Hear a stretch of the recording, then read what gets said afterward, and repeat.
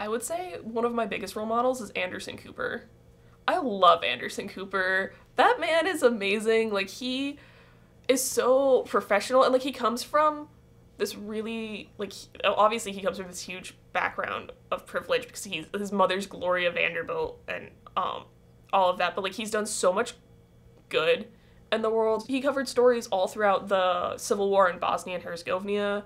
He was on the ground in Haiti after the earthquake, and then on top of that, like he's such a great like LGBT role model as well. Like he's so progressive in so many ways, but he's also not like the stereotypical gay man that you see like on like I feel like he does so much to crush stereotypes that it's just inspiring.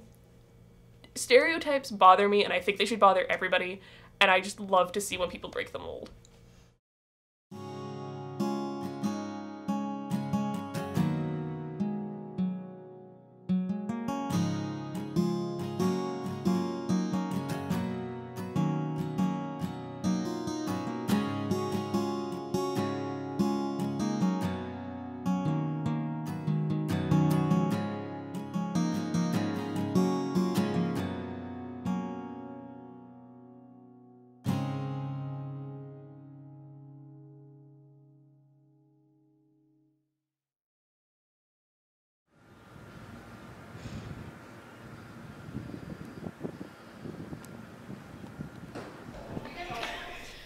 Why do you want me to look like a child?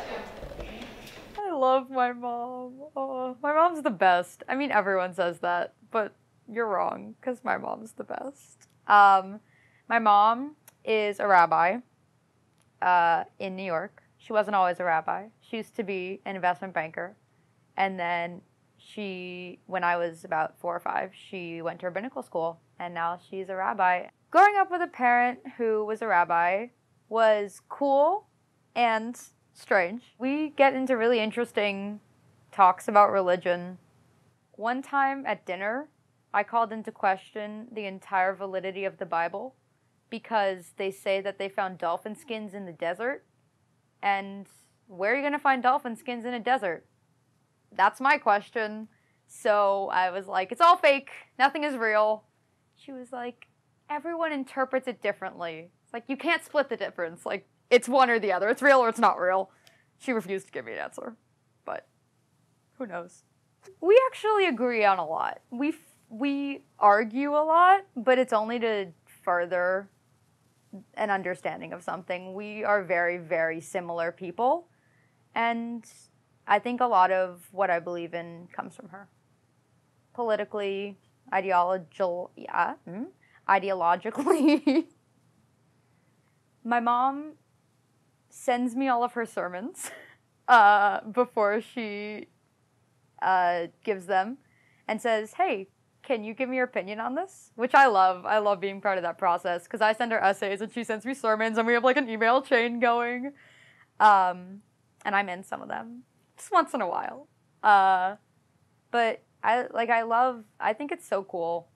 And the fact that a lot of people are still like, wow, women can be rabbis? Yeah, women can be rabbis. Women can be anything, but also women can be rabbis. And she's really great at it. And her big thing is inspiring people who may not have the biggest interest in joining a Jewish community into showing them and giving them a place. And I think that's fantastic.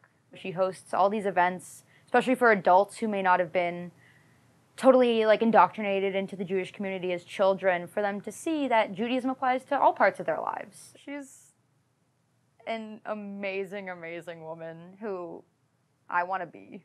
I want to be my mom when I grow up. Is that so bad?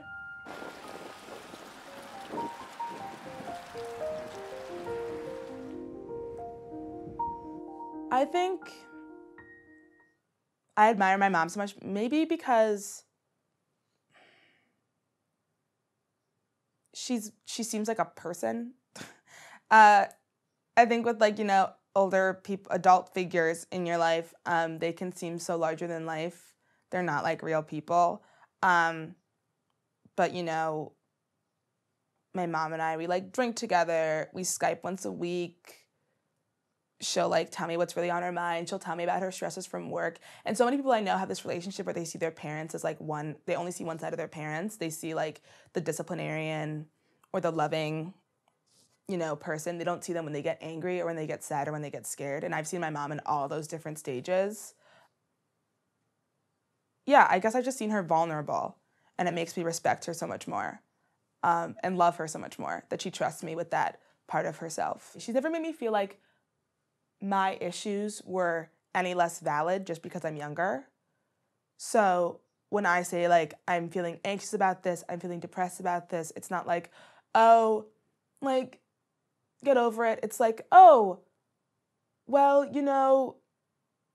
when I get scared, I do this, and I feel the exact same way sometimes, and this is how I get through it, Have you tried writing it down? Have you tried talking to someone about it? Why do you feel that way?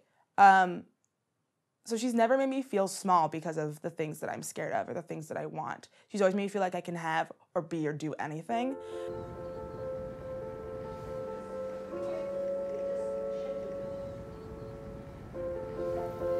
So when my sister was born, I was in Colombia and she was born here in the US.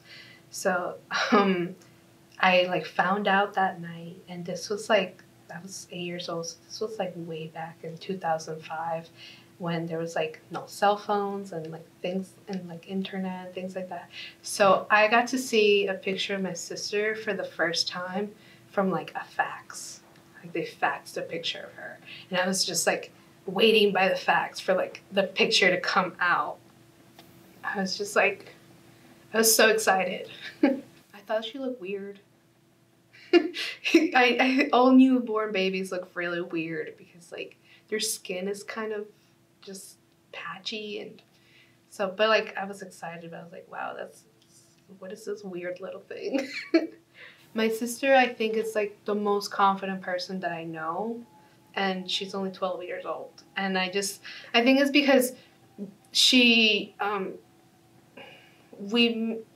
unintentionally made her home kind of safe in a way that like she was able to just be herself and like explore who she was. And in my home, like we don't focus too much on like the negative aspects of life and like body image mostly. So when I was growing up, I lived with my family back in Colombia for a couple years without my mom, and unfortunately the way things are back home is that body image is a huge thing in terms of like women wanting to have like these unnaturally perfect bodies. And so that's what my family kind of put on me since I was really young. And it's different because it's totally not what we do in my house. Like my sister has never really experienced, at least at home, someone like telling her that she doesn't look the right way. I hope that my sister, I hope that she gets to do something she's really happy about and excited. I think my sister has taught me to just enjoy the little quirks and like just like be yourself. My grandmother is so important to me. When I was born, my parents were working. They're busy working. And my grandmother, seeing that her husband had died when she was 40 or 50, my grandmother, lived with my mother. And so I was 1 week old, out of the hospital, and I started sleeping on the same bed with my grandmother. And that was the case for until my sister was born. I grew up knowing my grandmother's touch. She would bathe me in the evening. My mother would help out as well. But I really grew up side by side with my grandmother. There was one night my mother was showering me. So she had a little like a loofah thing, and she was like scrubbing me, and I wasn't used to her showering me, and I just remember being like very like, ah no, like it's ticklish and all of that, and she was being like, she was like, no, stop moving, I'm trying to bathe you. But for me, it was only after, I think, in middle school that I really reflected on that incident, and I was like, wow, like why did I flinch? I relate to my parents, and I really connect with them, but with my grandmother, it's a very physical way, which also makes it very difficult to catch up with her and to keep in touch with her when I'm here over the phone, because that's not what a relationship is. Our relationship is not based so much on pure conversation. Our relationship is based on being together, giving each other massages, eating her food, lying around. And even now when I go back to Taiwan, we have 4 rooms. My brother has a room, my sister has a room, my parents share a room, which means my grandmother and we share a room, and we also share a bed. So I'm 21, and I still sleep with my grandmother when I go home. I think she definitely taught me patience and tolerance. So I think she's had a hard life, and so I think that's also part of how she's learned to cope, is to be generous, be tolerant, to wait it out, and also because I think she started learning Buddhism, I think probably around the time her husband passed or something like that. And so I think a lot of these were actually also Buddhist teachings, I suppose, that she was trying to give to me by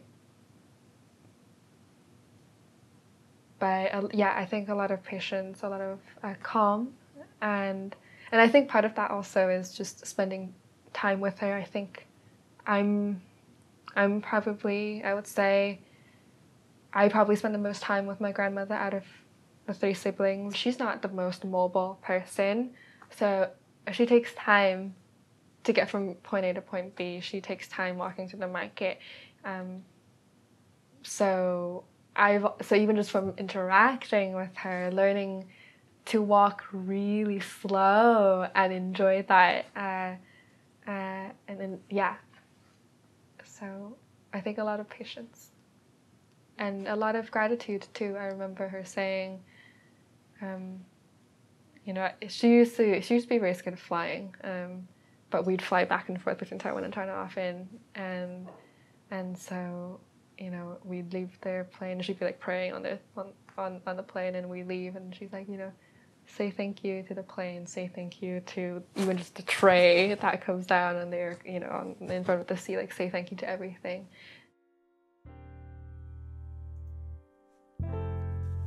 I've got somebody in my life who makes me feel so special, who makes me see the potential.